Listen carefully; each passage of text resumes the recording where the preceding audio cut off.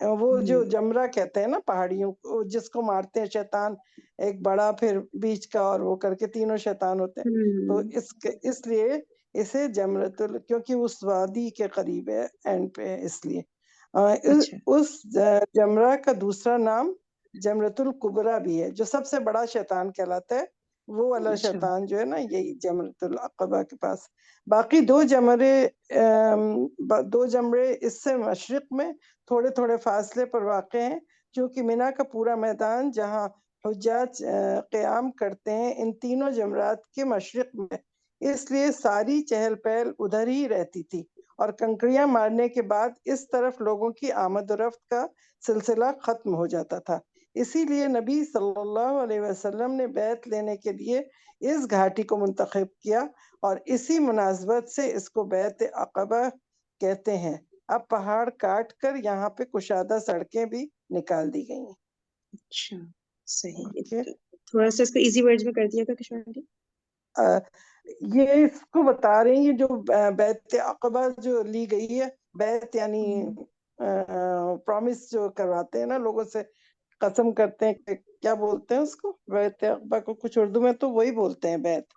اچھا، بیت ہی بیعت لی بولتے گئی ہیں تھی ہم۔ جب، ہاں بیعت ہی بولتے ہیں، تو بیعت لی گئی تھی تو یہ وہ وادی تھی جو یہ جو شیطان بڑا شیطان ہے جمرۃ الکبریٰ جو ہے بڑا والا شیطان، وہ وہی وادی کے قریب ہے، اس لیے اس کا نام رکھا گیا ہے جمرۃ الکبریٰ، جمرۃ العقبہ بھی ہے اور کبریٰ بھی ہے، دونوں کہتے ہیں۔ تو اس وہاں پہ حضور صلی اللہ علیہ وسلم نے سب کو جمع کر کے، وہ وادی بڑی سی تھی تو وہاں پہ جمع کر کے بیعت لی تھی۔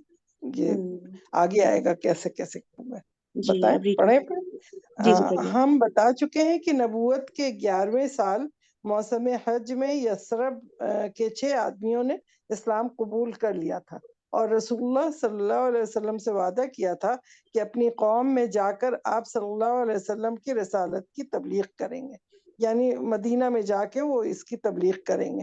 اس کا نتیجہ یہ ہوا تھا کہ اگلے سال جب موسم حج آیا، یعنی ذی الحجہ کی سن 12 نبوی میں ذی الحجہ جب آیا تو اس کے مطابق جولائی 621 تو 12 آدمی آپ صلی اللہ علیہ وسلم کی خدمت میں حاضر ہوئے۔ ان میں حضرت جابر بن عبداللہ بن کیا ہے زمان ربا، کیا نام، رناب ہے میرے خیال۔ ہاں کیا ہے رناب، جی جی رناب کو چھوڑ کر باقی 5 وہی تھے جو پچھلے سال بھی آ چکے تھے، اور ان کے علاوہ 7 آدمی نئے تھے جن کے نام یہ ہیں اچھا معاذ کشور رضی جی، اللہ عنہ ہاں تھوڑا سا اگر میں دیکھ لوں کوئی جی اور اگر ریڈ کرنا چاہ رہا ہے تو ریڈ کر سکتا ہے۔ ٹھیک ہے، جی جی دیکھ لیتے ہیں۔ جی کوئی اور ریڈ کرنا چاہ رہا ہے تو انمیوٹ کریے میں گا۔ کر دوں؟ جی جی مسافر، جی جی بالکل، یہ نام ہے یہاں سے پڑھنے نا؟ جی نام سے پڑھنا شک کریے۔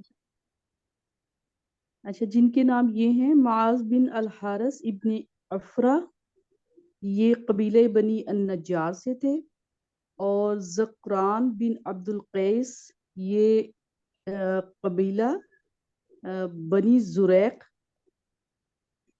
جی آگے کی بھی سے مینشن تھے، کر دیے گا، خزرج کا بتا رہے ہیں کہ خزرج کے ہاں قبیلے والے ہاں، سے۔ اور خزرج قبیلے سے تھے، اور دوسرے تھے عبادہ رضی اللہ تعالی عنہ بن سامت، یہ بنی غنم اور خزرج، اور یزید رضی اللہ تعالی بن ثعلبہ، یہ بنی غنم کے حلیف، یہ بھی خزرج قبیلہ سے تھے۔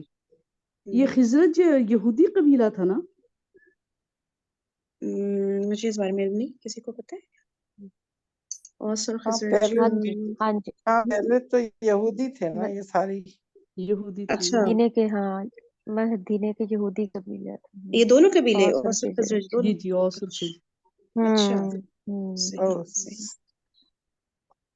عباس بن عبادہ بن ندلہ، قبیلہ ایک بنی منٹ پلیز سالم۔ رکیے گا، یہ کسی نے چیٹ پہ نو نو لکھا ہے، دیکھیں وہ ایکسپلین اگر کر سکیں۔ مسادی آپ بول سکتی ہے کچھ؟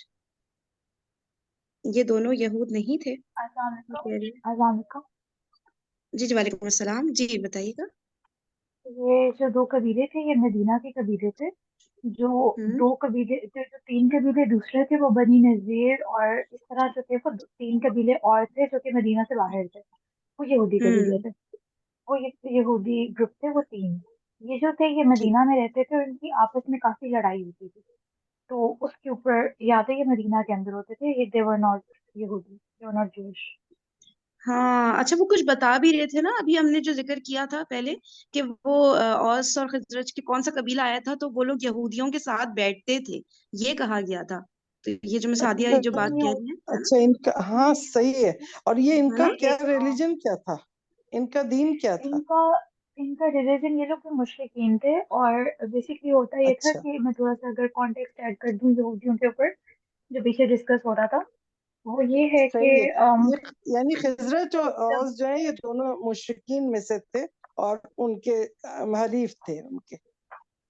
ہاں جی یہ ہوتا تھا کہ ہاں یہ جو اوس اور حضرت تھے ان دونوں کے اندر نا بہت دیر سے جنگ رہتی تھی، تو اس میں کیا ہوتا تھا کہ جو یہودی تھے نا وہ ان کے کچھ جو یہودی تھے وہ تھے اوس کے ساتھ ہوتے تھے، مطلب ان کے دوستی ہوتی تھی ان کے ساتھ، اور کچھ کی دوسرے قبیلے کے ساتھ دوستی ہوتی تھی، تو ان کے ساتھ جب بات وغیرہ کرتے تھے تو انہیں یہ کہتے تھے کہ ہم ایک ٹائم آئے گا جب ہم ورلڈ ڈومینیشن کی طرف جائیں گے، کیونکہ ہم جو ہے ہمیں اللہ تعالیٰ نے بلیس کیا اس چیز سے کہ ہمارے اوپر ہماری امت کے اندر جو ہے وہ نبی آئے ہیں، تو بیسکلی ہمیں ورلڈ ڈومینیشن ملے گی تھرو دا لاسٹ پروفٹ۔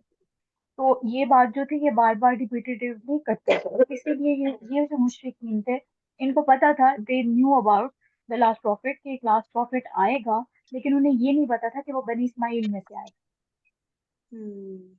صحیح صحیح زبردست جزاک جزاک اللہ اللہ مسعودیہ خیر۔ بہت ہدیہ شکریہ آپ ڈسکرائب کیا کریں if you have read all these things، ہے نا ان کا okay؟ کتنا ماشاءاللہ آئیڈیا ہو رہا ہے، کتنی ہاں زبردست ان کی نالج ہے، بھائی آپ yeah if پارٹیسپیٹ you کیا have کریں knowledge then you come on Hadiya, you can do that and explanation۔ Actually میں تھوڑی نروس ہو جاتی جزاک ہوں اللہ بولتے خیر۔ نا، تو میں اس لیے میری خالہ ایکچولی ایکسپلین کرتی ہے نا آنٹی سمینا، وہ میری جی خالہ جی ہے، جی تو اچھا انہوں نے کافی ہمیں مطلب پڑھایا ہوگا یہ بچپن سے۔ ماشاء اللہ سے، جی جی جب صحیح موقع لگے you پلیز جب ایزی ہو آپ کے لیے ہاں پلیز کیا کریں جی تاکہ ہم بھی کافی لرن کریں بتایا آپ سے۔ کر پلیز۔ ہاں اور جہاں پہ بھی پلیز میں اور سب کو بھی یہی انکریج کروں گی کہ جہاں پہ کوئی پوائنٹ ایسا لگے نا کہیں ہم لوگ تھوڑا سا گڑبڑا جاتے ہیں یا کوئی پوائنٹ اگر غلط مینشن ہو رہا ہو تو ہاں بالکل جیسے انہوں نے کہا ہے نا چیٹ میں باقاعدہ انہوں نے لکھا تو وہاں پہ اسٹاپ کر کے ہم نے اس کو کلیئر کیا نا، کبھی کبھی کچھ چیزیں ہوتی ہیں ذہن میں وہ ہو جاتی ہیں اور شیطان نے بھی تو اپنا رول پلے کرنا ہے نا تو وہ کچھ گڑبڑا دیتا ہے کچھ کانسیپٹس کو، تو پلیز جس کو جو بات سمجھ آئے وہ مینشن کر دیا کریں، غلطی ہو جاتی ہے ہم لوگ سے کوئی ایسی بات نہیں ہے تو اس کو کلیئر کر دیں گے، اس دن نہیں ہوا تو اگلے دن کلیئر کر دیں گے، واٹس ایپ پہ کلیئر کر دیں گے، زوم پہ کلیئر کر دیں گے، کوئی بات نہیں ہوتی ہے، لیکن کوئی بات بھی نا اس پلیٹ فارم کسی بھی پلیٹ فارم سے غلط انفارمیشن نہ جائے، اگر نہیں پتا ہو تو انسان پھر یہ بول دے کہ اچھا اس کے بارے میں کلیئر نہیں ہے، ہم انشاءاللہ کل اس کو فائنڈ آؤٹ کر کے ڈسکس کر لیں گے، ٹھیک ہے نا؟ تو چلیں آگے بڑھتے ہیں۔ ہم لوگ جزاک ایکچولی اللہ اکٹھے بھی تو اس لیے ہوئے ہیں نا کہ ایک دوسرے کو نالج شیئر کرتے رہیں اور ہمیں پتہ ہاں چلتا رہے۔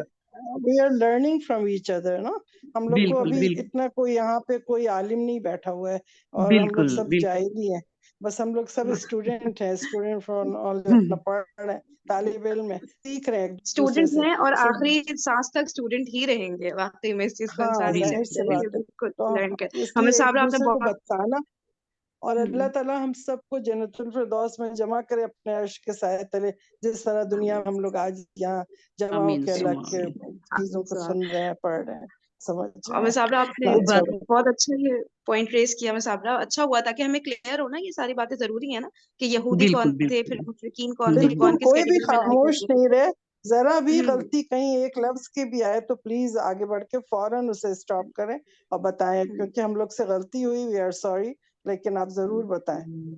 اور اس اور کے یو آر علاوہ موسٹ اگر کوئی ویلکم بھی ایسی ایوری ون۔ بیسک سبھی کانسیپٹ ہو نا اس کو بالکل سوال کی فارم میں، جیسے میں صابرہ نے بھی سوال پٹ کیا نا تبھی یہ ڈسکشن نکلا نا کہ اوس والے بالکل یہودی تھے کہ نہیں تھے نا، تو یہ بالکل کسی کے ذہن میں کوئی بھی سوال اچھا دیکھے اس سے ہمیں کتنا لرن کرنے کو ملا نا، تو سوال ضرور پوسٹ کیا کریں، کوئی بھی بات نہیں ہوتی، کئی چیزیں ہمیں جو نہیں پتا ہوتی، اور باقی یہ لائف میں فرسٹ ٹائم پڑھے، ذہن بھی اس طرف نہیں گیا تھا کبھی، کوئی میں صابرہ نے بولا تو ہوا کہ ہاں واقعی میں اس طرح سوچنا چاہیے۔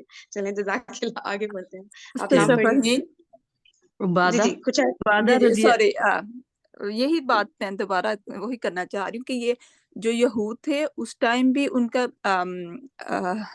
اسلحہ ویپنس جو ہوتے ہیں ان کا بزنس تھا، تو وہ یہ اوس اور خزرج کو لڑاتے تھے آپس میں، ایون وہ ان کے حریف بھی تھے، لیکن وہ ان کو آپس میں لڑاتے بھی تھے کیونکہ ان کا بزنس بھی وہ چلتا رہے. اور ابھی تک ایسے ہی ہے کہ وہ یہود ایسے ہی ہے کہ مسلمانوں کو بھی لڑا رہے ہیں اور پیچھے انہی کا جو فائدہ ہوتا ہے.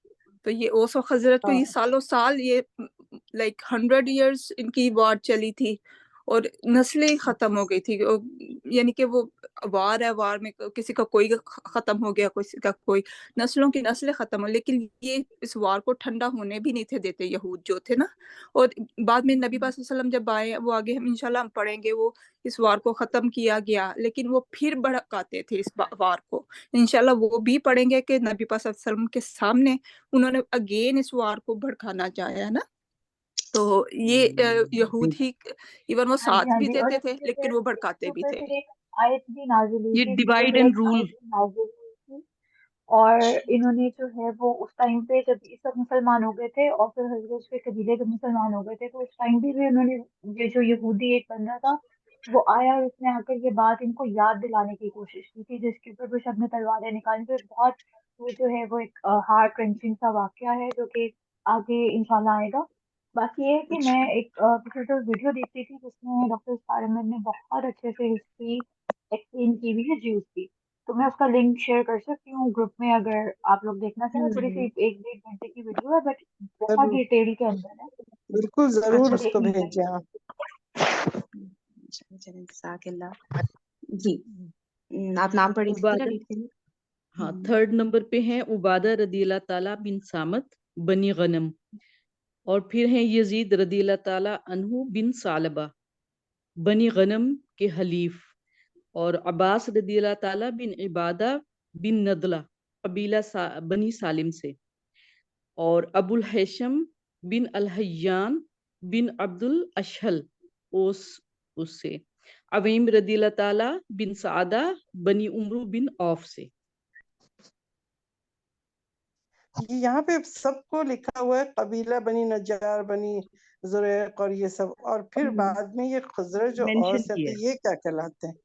نہیں ہاں مطلب بعد یہ میں قبیلہ مینشن نہیں، کیا.